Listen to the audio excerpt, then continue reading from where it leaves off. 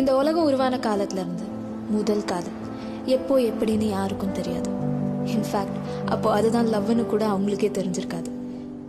நமக்கு வேணும்னு நம்மளை ப்ரொடெக்ட் பண்ணுறது தான் அப்போ லவ்வோட எக்ஸ்ப்ரெஷனாக கூட இருந்திருக்கலாம். ஸோ நேச்சுரலி பொண்ணுங்களுக்கு யார்கிட்ட சேஃபாக ஃபீல் ஆகுதோ, பசங்களுக்கு யாரை சேஃபாக பார்த்துக்கணும்னு தோணுதோ அதான் லவ்னு அப்போ இருந்திருக்கலாம்.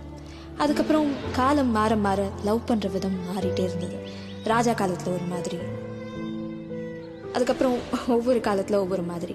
80s வரைக்கும் பார்க்காமலே காதல், ஒன் சைட் லவ், இந்த மாதிரி. எந்த ஒரு விஷயம் நமக்கு கஷ்டப்பட்டு கிடைக்குதோ அதுக்கு வேல்யூ அதிகம். ஈஸியாக கிடைச்சிட்டா இவ்வளோதானா இதுன்னு நம்மளுக்கு தோணும். அதுதான் நடந்தது. அதுக்கப்புறம் டிண்டர், பம்பிள்னு வர வர லவ் ரொம்ப ஈஸியாகிடுச்சு.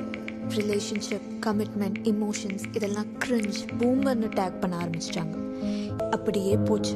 பட் அவங்க எல்லாருக்கும் ஒரு 40-45 வயசாச்சு. அப்போ கொஞ்சம் கொஞ்சமாக ஒரு இமோஷனல் சப்போர்ட்டை தேட ஆரம்பித்தாங்க.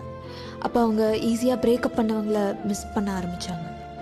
சாகும்போது யாராவது ஒருத்தர் கூட தான் நமக்கு இருக்கணும்னு தோணும்ல. அந்த ஒருத்தர் கூட இந்த மொத்த வாழ்க்கையும் வாழ்ந்திருந்தா எவ்வளோ பியூட்டிஃபுல்லாக இருந்திருக்கும்னு தோணும்ல. அந்த ஒருத்தரை தேட ஆரம்பித்தாங்க, தேடி போக ஆரம்பித்தாங்க. இப்போ நமக்கான அந்த பர்சனை தேடி கண்டுபிடிச்சு செம்மையாக லவ் பண்ணி a beautiful forever with that person அப்படின்னு மாறிடுச்சு. The cycle has changed again. So உனக்கு யாரையாவது பிடிச்சிருந்ததுன்னா என்ன ஆனாலும் அவங்கள மிஸ் பண்ணிடாத.